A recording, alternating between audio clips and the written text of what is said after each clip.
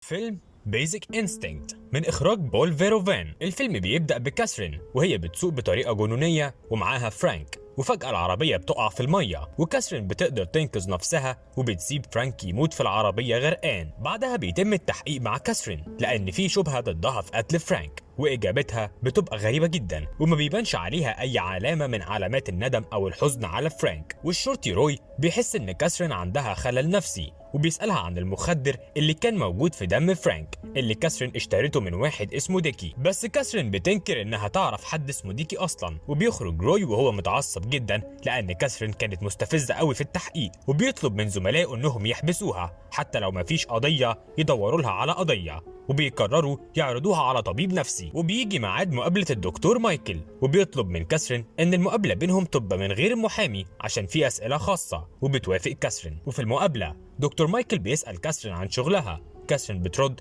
انها مؤلفة كتب جرايم، وبتطلب كاثرين من مايكل انه يتعمل لها تقييم نفسي عشان تخرج من القضية بالكفالة. فبيكمل مايكل في اسئلته وبيسألها عن اكتر حاجة كاثرين بتكرهها. كاثرين بترد انها ما بتحبش حد يديها اوامر، فبيفهم مايكل انها شخصية مسيطرة. وبتيجي كاثرين تولع سيجارة فبيقول لها ممنوع تدخين. بتبتسم كاثرين وبتقول لمايكل انه شبهها، هو كمان شخصية مسيطرة. وبيجي ميعاد جلسة القضية بتاعت كاثرين وبيقول مايكل تقريره الطبي عن حالتها اللي بيصنف كاثرين انها مدمنة تهور وافعال خطيرة، ولكن كاثرين خطر على نفسها مش على المجتمع. وبعد الجلسة دي بيجي الصحفي آدم يسأل مايكل عن قضية كاثرين، ولكن مايكل بيرفض يقول له اي حاجة. فآدم بيجيب له في سيرة جورج المريض اللي قتل حبيبته واثبت فشل مايكل كدكتور نفسي، وبيبقى باين على مايكل انه لسه متأثر بسبب اللي حصل مع جورج، فبيتعصب على آدم وبيسأله عرف ازاي حكاية المريض جورج. فآدم بيقول له انه عرف من طليقة مايكل دينيس وانها حكت له كل حاجة.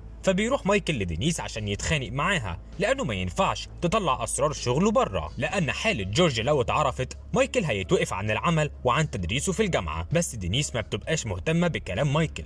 وتاني يوم روي بيكلم مايكل عشان يقول له ان كاثرين اخذت حكم بالبراءة في القضية، بس روي بيبقى متأكد ان كاثرين هتعمل حاجة متهورة تاني فهيراقبها. وتاني يوم كاثرين بتروح لمايكل مكتبه عشان تتكلم معاه في التقرير اللي قدمه في المحكمة، وبتصارح مايكل انها عارفة ان عندها خلل نفسي وعايزة تتعالج. مايكل بيرفض يعالجها بنفسه وبعت كاثرين لواحدة زميلته دكتورة برضه. وبتروح كاثرين تستفز مايكل وبتكتب له شيكات بتمن الجلسة بتاعته. بيفكر فيها تاني وبيوافق انه يقعد معاها في جلسة تانية. وبيجي ميعاد الجلسة بتاعتهم وبيسألها مايكل عن احساسها لما بتعمل حاجة متهورة وخطر. فكاثرين بتقول له انها دايما بتتخيل طرق موت جديدة، وده بحكم شغلها كمؤلفة كتب جرايم. وبتستفز مايكل عشان رفض انها تولع سيجارتها، وبتسأله عن حالة المريض جورج اللي قتل حبيبته وانها عرفت القصة دي من آدم الصحفي. وبتقول له انها بسبب القصة دي عاوزة تتعالج معاه لانه فضل يدافع عن جورج برغم انه عارف انه كان مريض وخطر. وبيوافق مايكل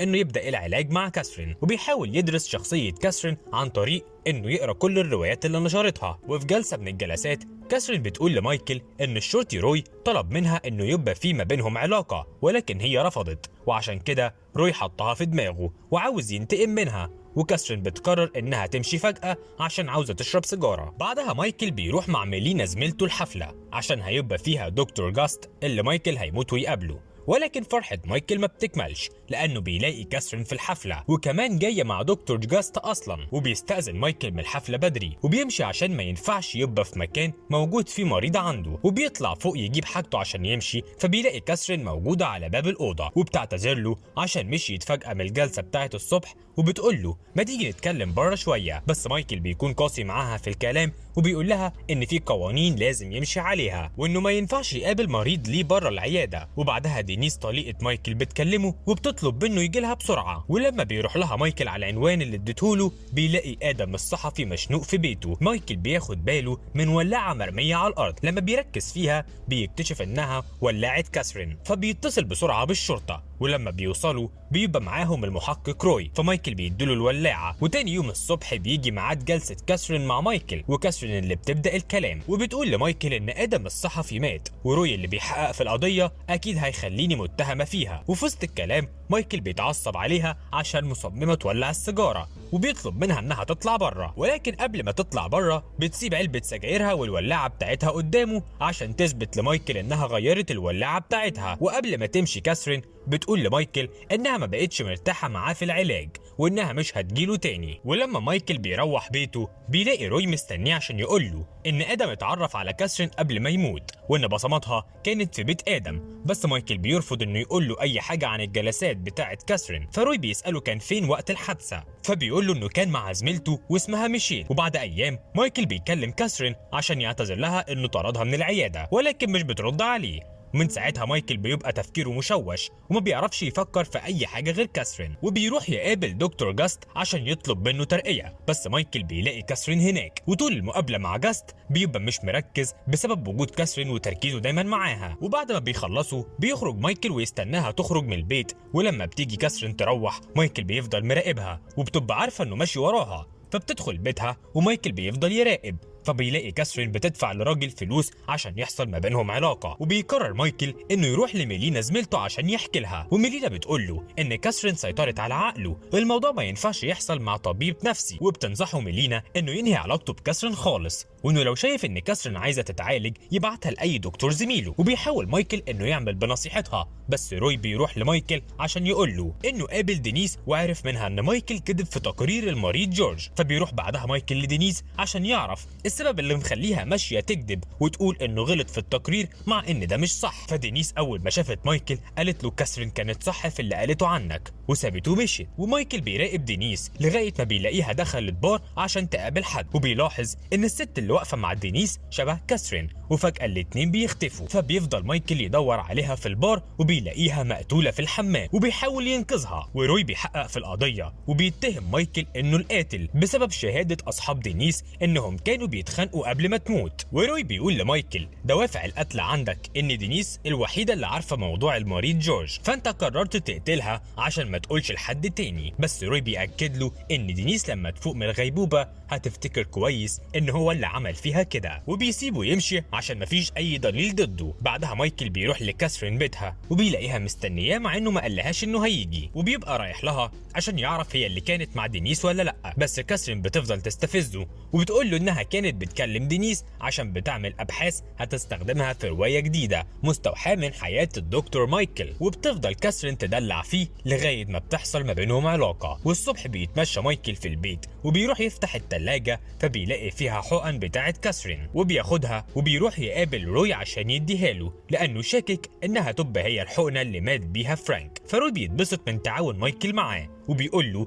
ان نتيجه تحليل الماده هياخد يوم او اكتر. ولما بيخرج مايكل بيلاقي المحامي بتاع كاثرين موجود وبيطلب منه تحليل نفسي ليه، بس المحامي بيلاقي روي خارج من المكان برضه. فبيقول لمايكل ان ادم الصحفي كان السبب في فتح فساد روي وانه كان مرتشي قبل ما يموت، وبيقول لمايكل يثق في اي حد لكن الا روي. فمايكل بيروح عشان يبحث عن اي دليل لكلام المحامي، وفعلا بيلاقي ان المجله اللي ادم كان بيشتغل فيها بتتكلم عن شرطي مرتشي بيزور في الادله، بس المقالات دي مش بتكتمل. وبيلاحظ مايكل انه كان في حد بيساعد ادم في التحقيقات، فبيروح له عشان يعرف اذا المقالات دي عن روي ولا لا. وزميل ادم بياكد له ان روي فعلا المقصود. فبيروح مايكل لكاثرين عشان يقول لها انه اسف عشان شك فيها، فكاثرين ما بتهتمش وبتقول له انه حرامي وسرق من بيتها حقن الانسولين. فبيرجع مايكل لبيته بيلاقي روي مستنيه عشان يقول له ان الحقن اللي لقاها دي نفس المخدر اللي كان موجود في دم فرانك، وبيوري له التقرير. وروي بياخد مايكل معاه لمسرح جريمه، ومايكل بيتفاجئ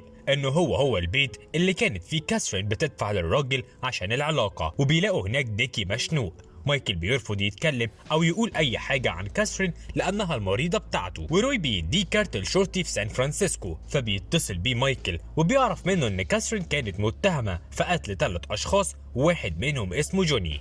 فبيروح لها عشان يواجهها وبتعترف انها قتلت جوني فعلا كنوع من انواع المخاطره والتحدي لنفسها انها هتقدر تطلع من القضيه. وبتعترف انها قتلت ادم ودينيس عشان كانوا هيفضحوا مايكل مش بيصدقها طبعا لانها كدابه، فبيهجم عليها وبيحاول يغرقها في حمام السباحه، ولكن بيلاقيها بتضحك فبيتخض وبيروح وبيكون متعصب جدا بس بيقرر انه يقرا روايه كاثرين الجديده اللي ادت له المسوده بتاعتها، وبيلاقيها كاتبه كل حاجه حصلت من اول حادثه العربيه بتاعت كيفن لغايه موت دكتوره نفسيه كبيره. وبيفهم مايكل ان ميلينا هي اللي هتموت، وبيحاول يجري عليها وينقذها. بيروح لها البيت وبيبلغ روي، بس ميلينا بتبقى عارفه العلاقه اللي حصلت بين مايكل وكاثرين، فبتقول له ان في تهم موجهه ضده واحتمال يسحبوا رخصه المهنه منه. وبيلاقي كاثرين موجوده في البيت وبيضربها، وميلينا بتمنعه فبيزقها بتقع على الارض وبتفقد الوعي. وساعتها كاثرين بتدي المسدس بتاعها لمايكل وبتقول له انه ادم الصحفي قبل ما يموت كان عارف ان جورج المريض ما قتلش حبيبته، ده اللي قتلها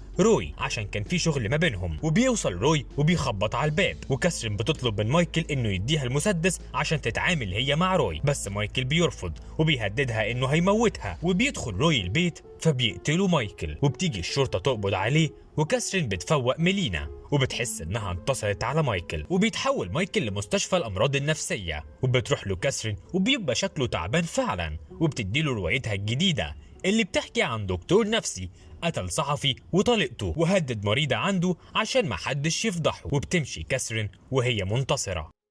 وبكده يكون الفيلم خلص. ما تنسوش تزوروا صفحة فيسبوك لفيديوهات اكتر. لو عجبك الفيديو دوس لايك واشترك في القناة.